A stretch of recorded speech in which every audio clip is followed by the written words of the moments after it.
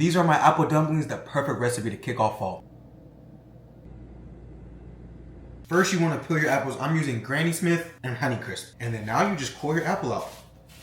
I wish I had one of those slicers that you just push down instead of this, because this is sometimes difficult. Cut it in half, and now you just want to cut these into even wedges. And you really want to make sure they're even pieces because they're all going to bake at the same rate. You don't want some to cook faster than the others. Once your apples have been sliced, take some cooking spray and just spray down and grease your pan. One of the best parts about this recipe, you can use the canned croissant dough. It makes your life so much easier. Take a Granny Smith, take a Honeycrisp apple, you just place it down, and this is the easy part. All you have to do is just roll it up. After you roll it up, you're going to place it seam side down in a greased baking tray. Once they look like this, I'm going to set them to the side and make a quick glaze. For this glaze, it starts with a stick of butter. Once the butter is melted, add brown sugar, a little bit of cinnamon, add some nutmeg, and a little bit of cardamom, and then a pinch of salt. Mix this together until nice and smooth. Once it's smooth, cut the heat off. We'll add a little bit of vanilla extract, maple syrup. We'll add a splash of bourbon, and then a little apple cider juice. Give this a quick mix. Bring back your dumplings, and you just want to pour this right over the top. The last thing I like to do is take a little bit of turbinado sugar and just pour it over the top.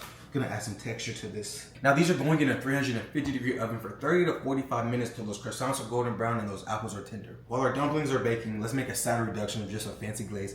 Going into a saucepan with a little bit more apple cider juice, dark brown sugar, a cinnamon stick. We're gonna do an orange strip. Make sure you don't get the pith, you just want the orange skin, and then a pinch of salt. I'm gonna bring this up to a simmer, let it reduce to about a third cup, and then once that's done, I'll come back and add the finishing touches. Once it has reduced, you can go ahead and remove the cinnamon stick and the orange peel. We'll add a teaspoon of lemon juice, a splash of bourbon, mix that up. Then the last thing, a tablespoon of cold butter.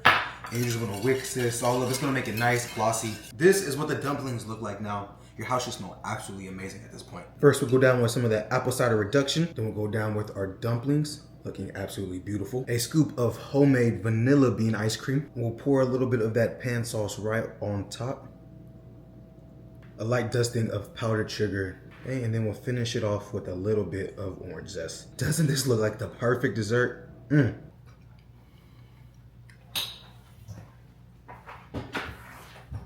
This is absolutely perfect.